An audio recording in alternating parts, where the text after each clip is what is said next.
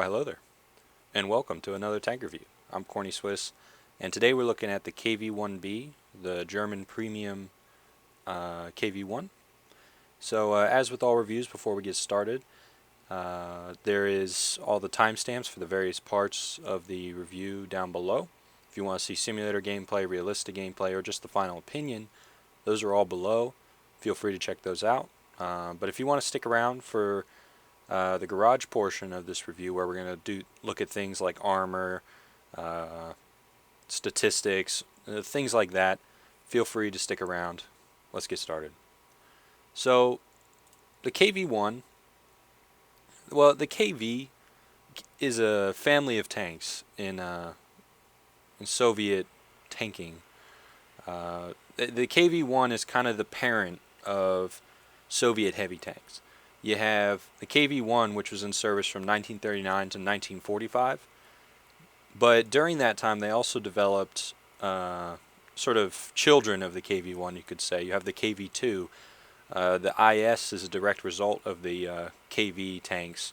And then you have tanks like the KV-85, which were just basically this hull, the KV hull, with a new turret and a new gun slapped on top of it. So it's only right that the premium German KV-1 is a KV-1 chassis with a turret slapped on and a new gun. Now, but this turret, I mean, it was on KV-1 tanks. So, but there are edits, like for example, I think this commander's hatch is an edit, and obviously the gun. So, as you'd expect, though, with Russian tanks, the first thing we're going to do is look at the armor, and we have a brand new tool in 1.43. This super awesome armor layout thing. Alright, so let's start with the turret because it's the most obvious and the most, I guess the easiest to talk about.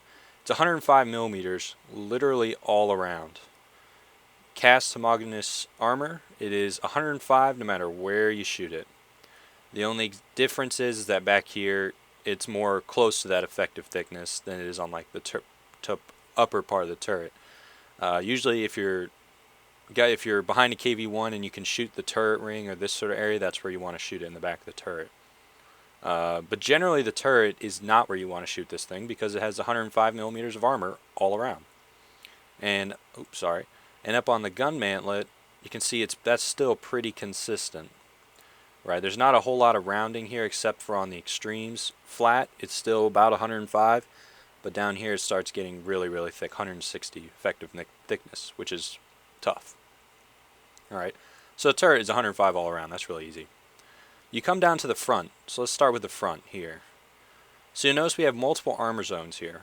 You have the 75 millimeters of armor that is on the stat sheet over there, 75, 75, 70, front, side, and rear.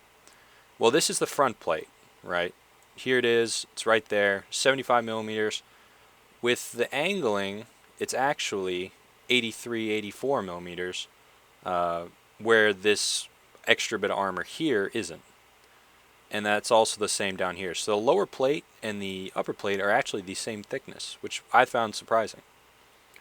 But in addition to those 75 millimeters of armor, which is effectively 80 thanks to the sloping, and the lower plate is actually effectively 100, you have this 25 millimeters of bolted on extra armor, which you see on the KV-1 ZIS-5 in War Thunder.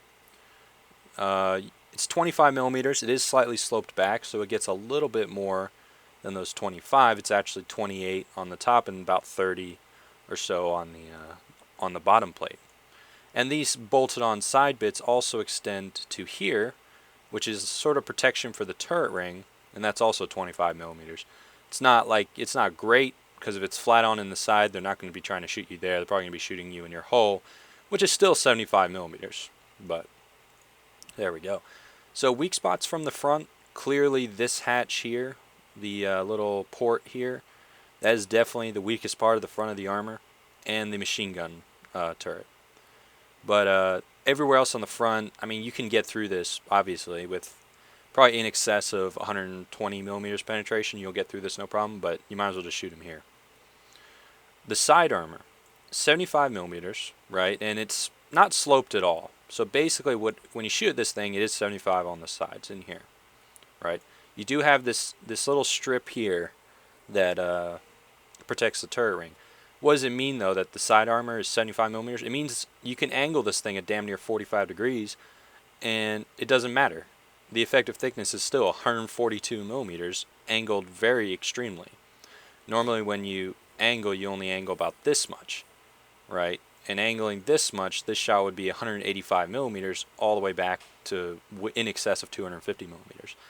So the side of the KV tank, or KV tanks in general, especially at this battle ranking, a 45 degree or a similar angle like this is perfect because the side armor is still really thick, thanks to just how naturally thick it is, but then also the effect of angling. And now your front, this bolted on plate is now 36 millimeters, and this is now over 100 millimeters. So you're essentially getting the same armor value. Maybe your sides are a little thicker because you're angled more favors. Actually, I don't know. I think it's about the same. It's really close either way. I mean, I guess you could do this 39 plus 115, 116 or so. That's less than 140 or so. But, well, maybe it's not. It's about the same. But the point is that you're presenting armor that has a continuous required penetration value. So you're basically turning your KV tank into a fortress by angling like this because there's no good place to shoot this thing except in the turret. And when your turret's directly facing at someone, it's 105 millimeters. It's not a pushover. So, but even then, you know, I have been penetrated in the face of the turret, but it's usually been after I bounced quite a few shots and they got lucky and maybe hit like the flattest part they possibly could, and they got it in, and then the shell exploded inside the tank and killed all the crew. But that's usually how you go in War Thunder anyway. So the side armor, I mean, it's the same on the other side, obviously. It's very, very effective.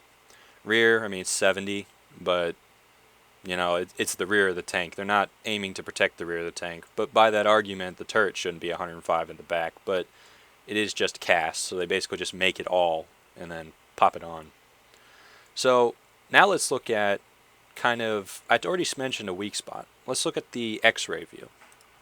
So here's the X-ray view. You can see the machine gunner, driver, gunner, loader, and commander. 5 crew. And you can also see where, let's first start with the ammo. Side of the turret, there's ammunition in the back half of the turret on both sides. And also in the floor, basically directly below this line of the turret, there's ammunition. And there's 2 racks of it. So basically if you shoot at the turret, if you shoot at the turret, the side of the, if you shoot at the hull of the tank that's below the side of the turret, you'll usually hit either ammo rack or fuel tank, because basically they encase the crew in fuel tanks. There's one there and there's one there. So this thing's either going to light on fire or explode if you shoot it dead on in the side between the tracks, between these little track wheels here. So if you wanted to have a more, I guess, specific notion of that weak spot, directly from the side, in between the second and the third top wheel, or the first and third drive wheels, or not drive wheels, bottom wheels. That's where you want to be shooting this big-ass fuel tank. In the back part, you have radiator, engine, transmission. So you're not going to get many fires out of the shoot in the front, but you don't really want to shoot the front of this thing, except for this weak spot, which is where this optics is right here. You'll notice that if you shoot the optics, one, you're going to kill the driver. You're likely to kill some of these crew as well. The reason I say that is if you penetrate here and your shell is, what's it called? Ooh, that's more ammo. More ammo right there. Your shell, most shells in the game explode or fracture inside the tank. So if it fractures here, it's likely to spray and just kill everybody, and everyone's going to be messed up. But that is definitely from dead on, that's where you want to shoot it. Because you shoot through here, you're likely to kill the loader, the gunner, the commander, certainly the driver. Depending on the angle, you might hit ammo, you'll certainly hit the engine. All of which could cause fatal damage or disable the tank. Because if you hit the engine, you're likely going to set the thing on fire or make it impossible for it to move. So yeah, that's the armor and X-ray view. So now let's go back to the stat sheet for a more, I guess, for the gun really. But first, let's talk about how heavy this thing is. It's 47.5 tons, which is fairly heavy, and 550 horsepower, 2,000 RPM. The power to weight ratio, not good. I mean, I guess that really doesn't matter as much, but this tank is heavy. It's a heavy tank, and you feel like you're driving a heavy tank. It isn't fast. The first Tiger is actually, in my opinion, faster than this tank because of the way the tracks are and the way that it has more engine power, I believe. I mean, not saying that these tracks aren't really wide either, but you get my point. It's not a fast machine. The 41 kilometer per hour max speed, very difficult to do. More often than not, you get that going down speed or downhill. You'll get that speed, but as soon as you level off, you'll drop. It'll start dropping. Just because any variation in the ground will cause you to lose speed. Maximum inclination, I'm 38 degrees. I mean, I think that's a placeholder stat. I'm not sure how accurate that is. I don't know anything about that. Turret rotation, 12 degrees a second. It's not bad. It's obviously a heavily armored turret, so you're not going to get great turret traverse out of it, but, you know, that's not bad. Vertical guidance, 6 degrees of gun depression, 25 degrees of elevation. The gun depression is really, really nice because most of the time with these tanks, you're not used to having gun depression, and you can kind of see, let's flash up this again, you can kind of see where the gun depression came from. Usually on the KV tanks, the gun is maybe up here, it's higher, or it's lower, but it's weird. Because I guess when the Germans were putting on these new guns, they kind of had a thought about gun depression. Because you think about it, if you put the gun down here, right, you can't go down that much because then you hit the front plate. Put it up here, you can't go down that much because you'll hit the top of the tank. If you put it sort of in the middle, or I'm sure whatever calculation, you know, they'll do, now you can rotate the breech up and down fairly significantly, and you can get that 6 degrees of gun depression, which is surprising and effective. It's 6 degrees. I mean, obviously you want more. You can always have more. You always want more gun depression, but 6 degrees, perfectly adequate, perfectly fine. You're not going to get killed because of your gun depression. More often than not, you're going to get knocked out by either lucky shots, or they've outflanked you, or, you know, name any list of unfortunate things that could happen to you. But it usually, if you're well angled at your target, you usually won't have an issue. So let's put that away. Alright, so let's talk about the ammunition choices. Obviously this is a premium machine. I've been playing it a lot. I'm almost got the mark of distinction. So you get all this just straight up. Ammunition choices, you start off with the PZGR 39, which is an armor-piercing shell. Pretty good penetration, 117 at 10 meters, 102 at 500, and 45 at 2,000. Not often are you engaging things at 2,000 meters. Usually, even on Kursk, usually Kursk, Poland, Mozdok, usually the most you'll engage is about between 1,200 and 1,500 meters or so. And this tank, it has enough penetration to deal with that. You have heat shells, 80 millimeters at all ranges. I haven't used the heat because of the muzzle velocity. I think 450 meters per second is just too little. I would consider having some if I knew I was going to be on a very tight spaced map. But even then, some of the tanks this thing sees, it's 80 millimeters isn't going to get it done. So I don't use the heat personally. I generally use the AP. A good you can have 80 rounds with this 75 millimeter gun. I usually have 50 AP and 30 APCR. I carry the APCR because it has really good muzzle velocity, 990, and it has great penetration out to my effective combat ranges. So, I mean, as you can see, 10 meters, 152 millimeters, that's pretty good. 500, 124, that's really where I want it, is when I'm engaging heavier tanks at range and this AP starts falling below that, 100 or so mark. I'll usually start switching to APCR because I need, more often than not, you need at least 100 millimeters penetration to do some damage downrange. But that's not always the case, but it usually is. So, and then out to 1,500, 2,000 meters, you can see 79 and 57. That's not great, but you know what? It's better than the AP, which drops all the way down to 45 millimeters. And I didn't mention it, but the AP is 790 meters per second muzzle velocity. That's respectable. That's pretty good. You can be accurate at range with that. So So as like an overview of what you're getting here, let's flash up the armor. I love these tools, by the way. It's awesome. You're getting great armor. You're getting classic KV-1 armor, heavily angled. You're impregnable. You have one major frontal weak spot, which is this little port, as demonstrated right here. That is your main frontal weak spot. That's why you angle so hard. When I get the option, I angle this way, because that also protects my machine gun port. If you angle this way, your machine gun port is still angled and thick, but it's not as thick as it could be. You see it gets thicker as you go this way, rather than if you're angled this way, it gets thicker as you go this way. The armor does. And the driver's port is always going to be the same thickness because of how the tank's laid out. Your machine gun port's over here. I think that's true. 100, 106. Yeah, that's true. It gets thicker as you go. So yeah, that's kind of what you're getting with this tank. So let's jump into some replays. So in this review, we're going to start off with the simulator battle. We're on Kursk. Now this is obviously 1.43 replays, and Kursk can now be in multiple game modes. I'm not sure which one. But anyway, we're starting to engage targets. The thing I like about whatever game mode this is, or whatever spawn things this is, you basically immediately come over the hill and you can start engaging targets, start fighting, and you take away that whole thing about killing the AI and just winning because your AI cap. As you can see, I'm trying to shoot, I believe it's a... See, what I kind of like about this is I can engage these targets. I haven't actually spotted them on the mini-map. Like, they're not on the mini-map right now. But I clearly see them, and I'm clearly shooting at them, and they're clearly shooting back.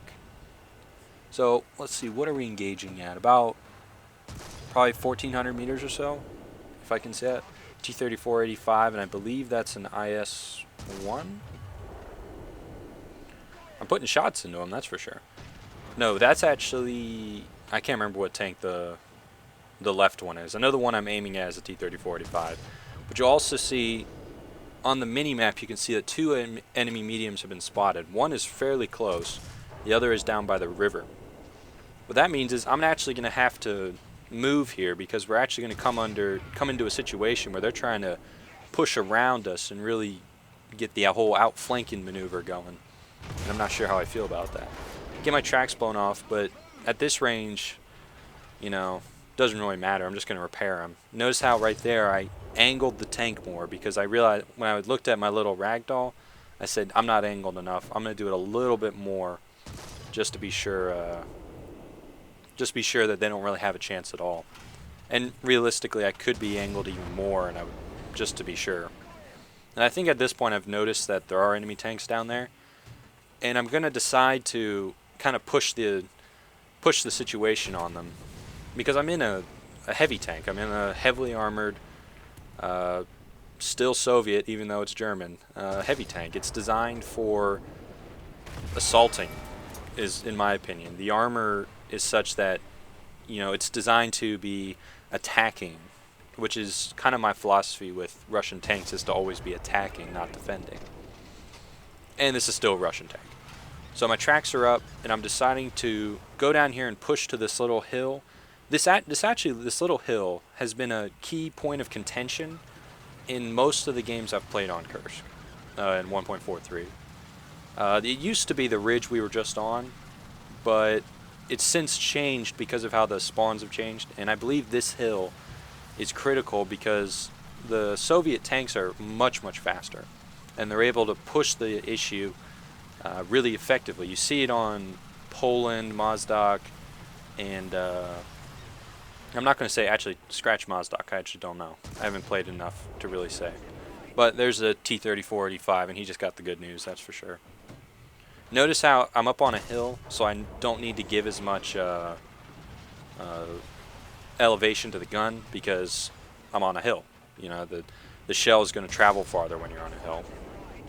Shoot the T-34-85 in his turret, but for some reason that doesn't work with the AP, so I always just go for the turret ring. I mean, you almost always knock out the gunner and probably the loader, and your next shot in there usually knocks out the tank. And there you go.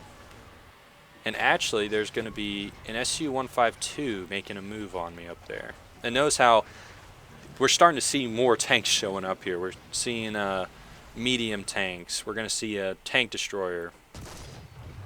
Go for the ammo, set him on fire. But I completely lost my train of thought. What I was saying is that the Russian tanks are so fast. Oh, SU-152. No, don't do it. Bam, he's dead. I shoot him anyway. But one of my teammates actually knocked him out, which was nice. So I would have certainly died. SU-152 in the side, that would have killed me. But like I was saying, Russian tanks are so fast that they can actually get and cap all 3 zones before you can get to the closest zone to your spawn. This was made abundantly clear to me on Poland. I spawned in the western part of the map within my KV-1, and I went as fast as I could to the A cap, which is in the city. B and C were capped by the time I got there, and A had just finished capping. So, I mean, I get there and it's a T-34-85 there, and we kill him, move on, kill another guy, get bombed, you know, it's whatever. But the point of the matter is that they're so fast that it's difficult to beat them places. So you need to find prepared defensive locations that you can engage them at range, and just basically do what I'm doing to this guy. Shoot him as he's rushing in. He can't stop, because if he stops, that gives me a free target, and I've hit him all the way here. You know, if I had been missing all my shots, maybe he would have stopped. But you don't want to give a German gun the opportunity to really line up on you. And notice here that something, I don't know if you've noticed, I certainly have, because I'm watching it right now, and even in game. When you're on a slope, you need to adjust the gun more for the slope. As you can see right now, I'm actually aiming to the left of his tank, and the shells are flying back on. They're kind of diving back onto him, and that's just physics, you know, because you're on the slope. You have to shoot more up that angle to take into account the angle. And there's another medium who's kind of blitzing his way across here. But that's the thing, I'm in a fairly prepared position in the sense that I know ranges, I have an idea, I know all the enemy are to my front, which is great. And this T-34-85, he's actually just going to slowly back up all the way almost to the river. And I wasn't sure what he was doing until, or at least my assumption is that down by the river there's like an embankment. He could go hold down there. So what I think he's trying to do is keep his heaviest armor facing front and slowly back up to get to that embankment. Personally, I don't know about that. I think what he maybe should have done is tried to rush up to the downslope and make me come over, in which case I would be open to more fire from his team, but I would have likely killed him in the process. So I guess I can't fault the decision, because I don't know what I would have done better. Probably not a bad idea. But I mean, even at this range, I'm struggling with him because he's angled. That's the key. He's angled his tank so that it's difficult for me to land these shots. And T-34-85s are fairly durable too, from a heavily angled sort of sight picture. But we're hammering him now. I mean, I have his range. He's basically done. I mean, it's just whenever I can get that final penetrating shot. There it was. Finally got him. But I mean, this is where you can kind of see that the gun is a great addition to this tank. The actually, I didn't even mention it's a 5.0 battle rating, but honestly, that doesn't really change what you face. You can see IS-2s, which a little bit of an issue sometimes, but I haven't seen many of them. But in the opinion part, I'm actually going to talk more about the battle rating and its implications. But suffice to say, the gun is adequate for everything you face at normal ranges. I actually just ran out of AP, if I'm not mistaken, so I'm firing APCR.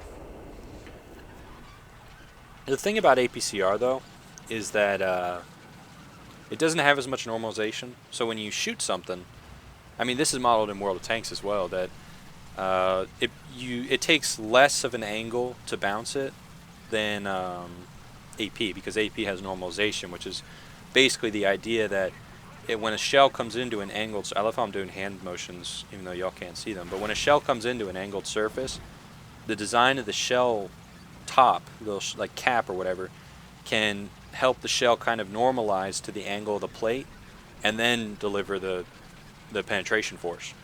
With APCR, it doesn't have that. It just sort of shatters in a sense. It's just a dart, you know. So normalization is actually pretty key. At range, it doesn't matter a whole bunch because you think about it, you're basically lobbing the shell up and then it's coming down on the target. So normally it'll hit at a if not a negative angle, the same angle, perpendicular to the plate, rather than in a different way. But we're slowly going to creep across this battlefield, and we're slowly going to win the game.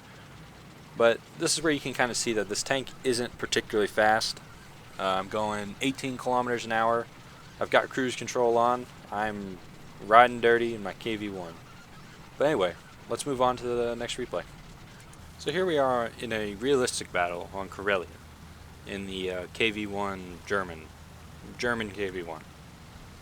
And this replay starts off kind of scary for me. I was rolling down this road and I get hit by an IS-1 who actually did something to me. I think my shell bounced, his shell got my gunner and damaged my gun. So I'm going to go for repair because I don't really want that. And my next shot actually gets his gunner. And notice how I immediately angled to hopefully mitigate any return shots. But we're basically going to punch this guy's ticket. That's kind of the rate of fire of this thing. Even though my cannon barrel was damaged, I was able to repair it and then have a shell ready by the time I needed to shoot it. I mean, I probably could have fired again, but I risked knocking out my crew. I risked blowing out the gun, in which case he probably would have killed me. So if you have the opportunity, it's more often than not, it's better to try and mitigate the return fire than it is to go ahead and fire that shell with a busted up gun. Because more often than not, it's just going to blow out your gun, which is an unfortunate thing. And this replay is going to be a little short, but don't worry, we have another realistic replay. Because I felt like the simulator one was pretty long. But here we go. We have an SU-152 and a T-34-85. I go for the SU-152 first. I wasn't sure which way he was facing. I mean, clearly he was facing the other way, but I went for him first just because his gun is the most likely to kill me. The T-34-85 gun is dangerous, but it's the least, between those two, it's not entirely likely to kill me. Because it's realistic, I still have his marker and track him and get the kill. Now there's a very sneaky BT-7 over there. I was like, what? BT-7? What are you doing over here? It's always weird when I see tanks that just have no business being here, you know? Seeing Panzer IICs and T-26s in a 5.0 battle rating game. Debatable life choices there. But this BT-7 is going to back up and give me the good old shot there. Knock him out. So the rate of fire of the gun, though, is kind of what I wanted to emphasize with this replay. You'll notice that the gun fires, and more often than not you can beat the other tank's reload, or else be close enough. I mean, as you could see it with the T-34-85, I shot the SU-152, he started moving, I shot him again, and then punched him out. So, it's iffy. It's not iffy at all, actually. It's very good rate of fire, and if you catch someone unawares, they're done. They're just done, because you're going to if your first shot disables any part of their tank, they're toast, because your next shot's going to probably knock them out. So let's move on to the next realistic replay. So here's the second realistic replay for this review. Driving around on Ash River in the KV-1. Now, I wanted to have an example more so of the durability, and I kind of got it in this game. I think the simulator battle kind of demonstrated that because I did bounce quite a few shots, but they were more at range, and even when people got up close, they didn't all shoot me, you know. But either way, this game I'm going to play aggressive. It's domination. I need to. It's my ally and a tiger went up into that little sniping spot, and he's basically just going to lay waste to people. But they're going to get into the cap, and we need to prevent that. So I'm going to use my illustrious speed, the glorious speed of this tank, to slowly, lumberingly get to the cap circle while the tiger's just killing everybody. But I'm going to get there, and we're going to have some friends when I get there. I believe a T-34-57 and a T-34-85, if I'm not mistaken. But I like how, by the way, how they redid the busted B-17 tail there. There's a KV-85 downrange, not that worried about him. There's a T-34-57. My first shot gets his gunner. That's kind of why I aimed for the turret ring. I was trying to get in. KV-85 just got knocked out. I was trying to get in here to bust up the cab before they got it off, but they did it. So IS-1 just shot my turret, didn't penetrate, and the tiger just wrecked him. So T-34-57 and a T-34-85. T-34-57 is knocked out, or is that, no, that's another 57, I'm sorry. T-34-57, very powerful gun. It's low caliber, but it certainly can pack a punch. My first shot lit him on fire, and he's going to bounce his next shot. I don't know exactly where I went off of, but either way, I'm going to put another shot into him. The issue I'm going to have here is that obviously he's way more maneuverable, but I kind of take that entirely out of the equation when I just move forward. His horizontal's broken. He can't turn the turret. He's going to turn the whole tank, and I think I can beat him like that. Took a hit from something. I think it was the AI. KV-2 over there, though. The KV-2 just bounced a shell off me. He certainly wasn't firing HE. But that kind of is a testament to the armor. The armor, that hit the my turret, which is 105 millimeters, hit it at a weird angle, I think. But even then, it's debatable if it would have penetrated. It certainly would have done damage had it hit me like straight on. But I guess that's another example why you generally just fire HE from that gun. But even then, HE from that gun may not necessarily damage a KV-1. KV-1s do have some armor, especially angled. The HE may not actually blast it. Usually when I get knocked out by high explosive shells, it's because it hits like my gun or the base of my gun, and then the explosion kicks like shrapnel down through the deck of my tank, which is obviously really thin armor, and just kills the front section of my tank, which is driver, machine gunner, and something else. It's enough to knock out the tank either way. So, but now we're just going to polish off AI. We basically won. Not a whole lot the enemy team can do. I think there's an IL-2 still in the game. He's going to come in here and bomb the shit out of someone. But, yeah, there you go. Oh, no, he just killed a AI, but he's going to kill one of the tigers. I don't think it's the one that was helping me. But either way, let's move on to the opinion, shall we?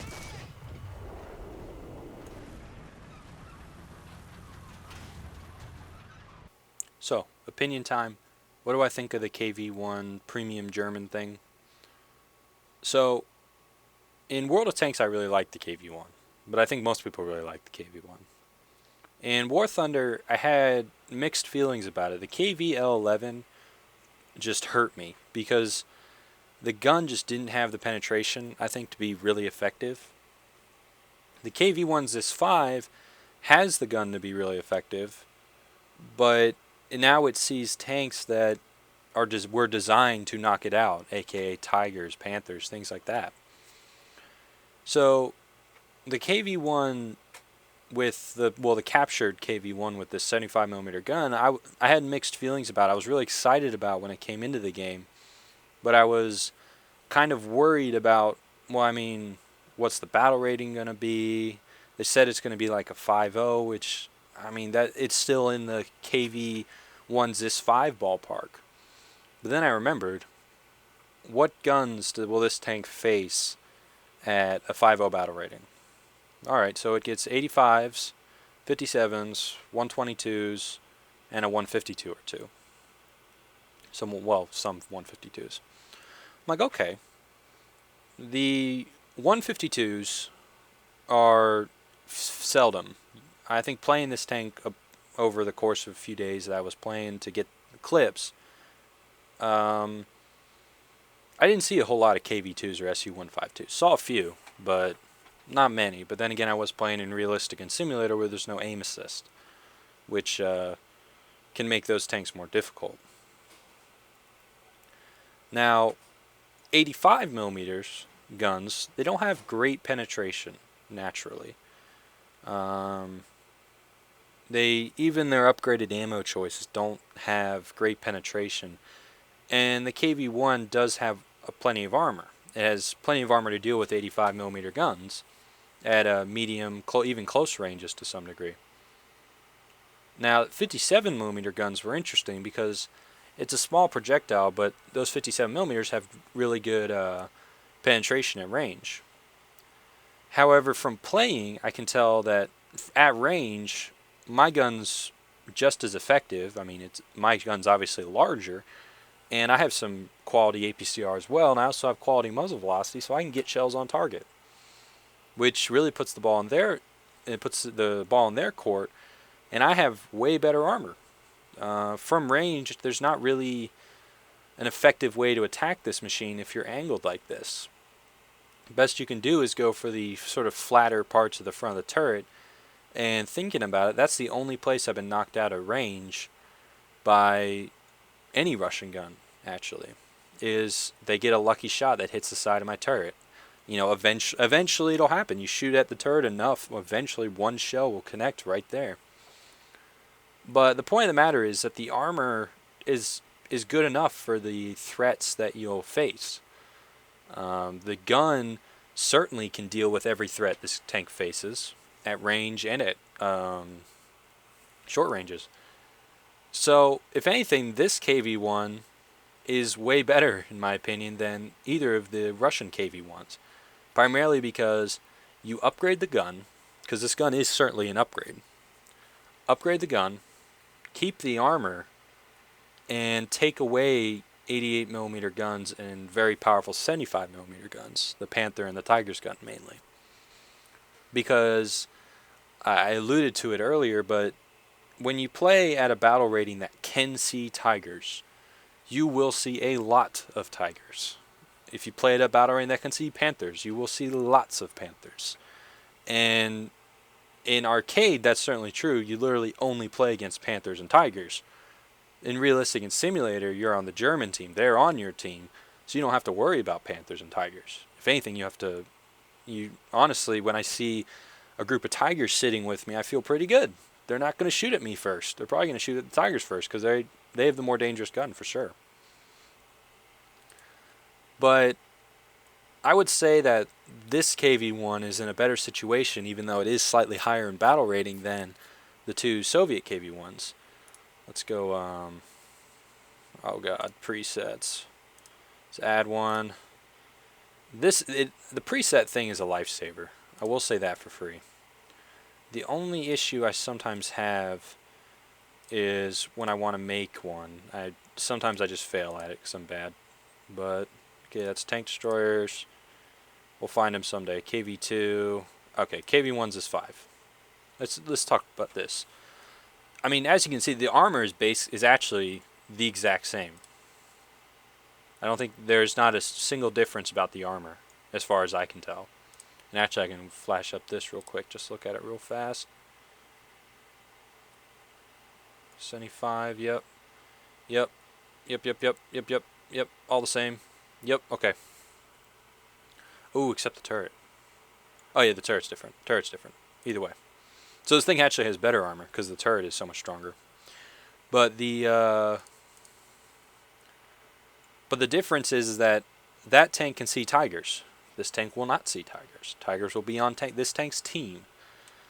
And the worst gun you're going to see is the IS-2's gun, the 122mm, which can be a serious issue. But if you angle properly, you have a chance. Tiger shooting KV-1, ZIS-5, if they shoot you in your turret, you don't really have much of a shot. If they hit your turret, they're going to penetrate.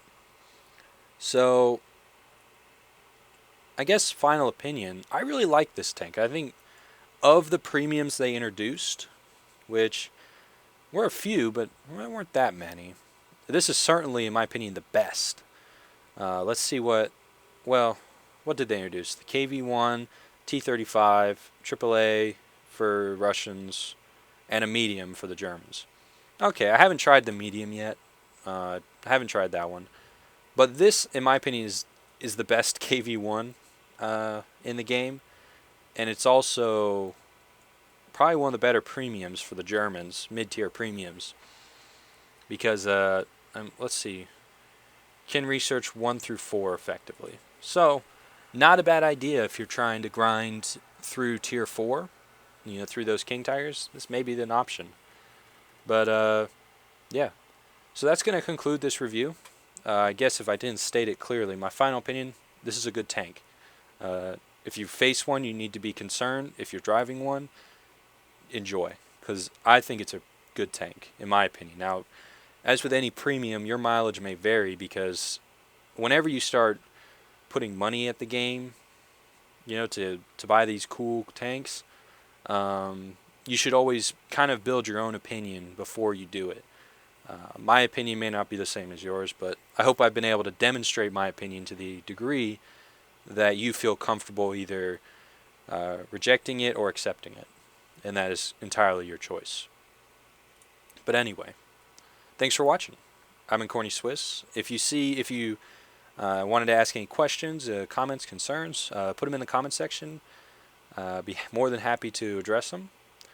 And if you have suggestions for tanks or, I don't know, sleeper OPs, I don't know, whatever you want to tell me about, feel free. Comment section is a great place to do it. So, yeah, I'll see you next time.